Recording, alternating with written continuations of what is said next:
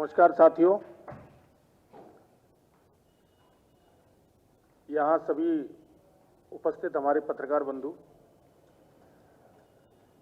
और किसान मोर्चा के हमारे प्रदेश के अध्यक्ष श्रीधर रेड्डी जी, राष्ट्रीय उपाध्यक्ष किसान मोर्चा सुरेश रेड्डी जी, भारतीय जनता पार्टी तेलंगाना के जनरल सेक्रेटरी आदरणीय रेड्डी साहब, प्रेमेंद्र रेड्डी जी जो किसान मोर्चा के तेलंगाना के प्रभारी भी हैं, हमारे महामंत्री और साथीगण। तेलंगाना भारतीय जनता पार्टी प्रदेश के अध्यक्ष संजय बंदी जी जो मेंबर ऑफ पार्लियामेंट भी हैं हमारे साथी, वो प्रजा संग्राम यात्रा लेकर गांव-गांव जा रहे हैं और उनको बड़ा जबरदस्त समर्थन आम जनता के द्वारा मिल रहा है। उनके लिए राष्ट्रीय स्तर के हमारे अनेक पदाधिकारी और मिनिस्टर उन कार्यक्रमों में भाग लेने आए हैं और किसान मोर्चा के अध्यक्ष के नाते कल 28 सितंबर को उनकी पदयात्रा और उनकी किसान जनसभा में कल किसान मोर्चा के हजारों कार्यकर्ता और किसानों के साथ मैं उनके कार्यक्रम में सम्मिलित रहूंगा। इस अवसर पर आप सब लोगों से बातचीत करने का मौका मिला है।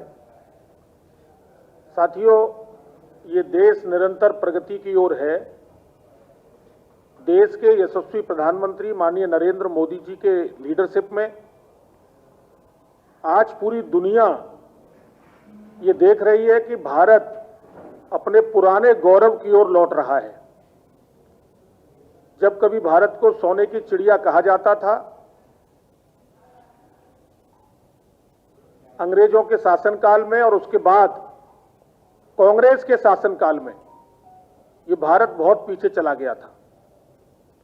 लेकिन आदरणीय प्रधानमंत्री जी नरेंद्र मोदी जी की लीडरशिप में देश आगे बढ़ रहा है और किसान को लगातार उसके लिए किसान की आय को बढ़ाने के लिए माननीय प्रधानमंत्री जी ने निरंतर कार्य किया है। माननीय प्रधानमंत्री नरेंद्र मोदी जी ने किसानों को किसान सम्मान निधि, जो प्रधानमंत्री किसान सम्मान निधि के नाम से जानी जाती है, वो देने का काम किया। 6,000 रुपए साल पूरे देश के किसानों को। सॉइल हेल्थ कार्ड कि हमारे खेत की स्थिति क्या है, हम अपनी हेल्थ का तो चिंता करते हैं, लेकिन किसान जिस भूमि से उपज पैदा करता है उसकी हेल्थ कैसी है, इसके लिए सॉइल हेल्थ कार्ड देने का काम किया प्रधानमंत्री जी ने।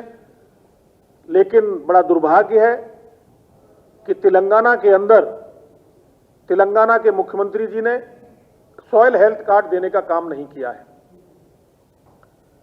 भारतीय जनता पार्टी जो अपनी घोषणा पत्र में चुनाव से पहले जो घोषणा करती है वो करके दिखाती है।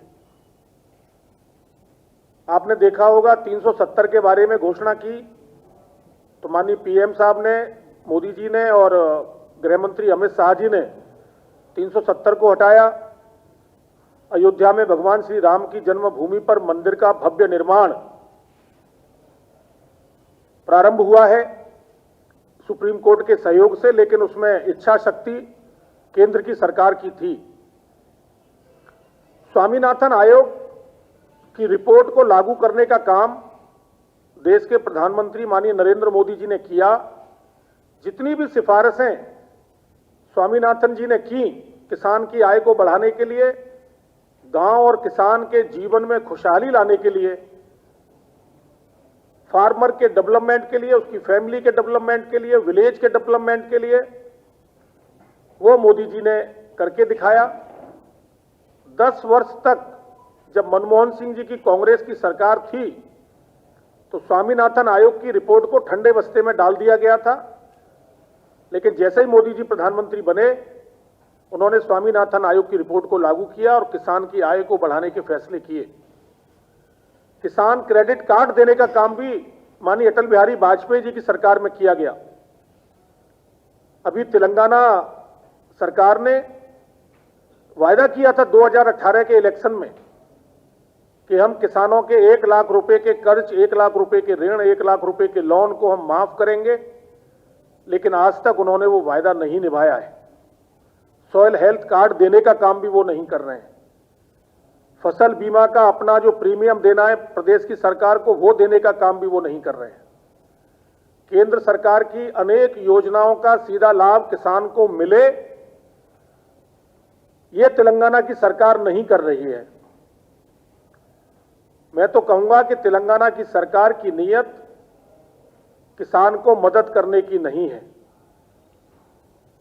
अन्य प्रकार की फसल, अन्य प्रकार की खेती जो हमारे धान के अलावा, कॉटन के अलावा, मिर्च के अलावा जो की जा सकती है तेलंगाना के अंदर, चाहे वो हॉर्टिकल्चर की हो, चाहे एग्रीकल्चर की हो, वेजिटेबल्स हो, उसके लिए कोई बढ़ावा देने का काम प्रदेश की सरकार नहीं कर रही है।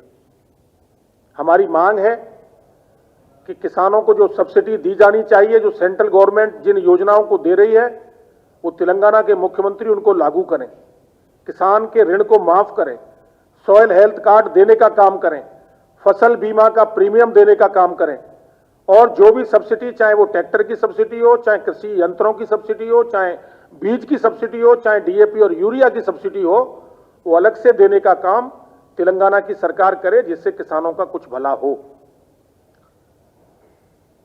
तो यही मुझे अपनी ओर से आप सबके बारे में, आपके बीच में ये बातें रखनी थी। कोई अलग से किसी का कोई प्रश्न हो तो आप कृपया कर सकते हैं।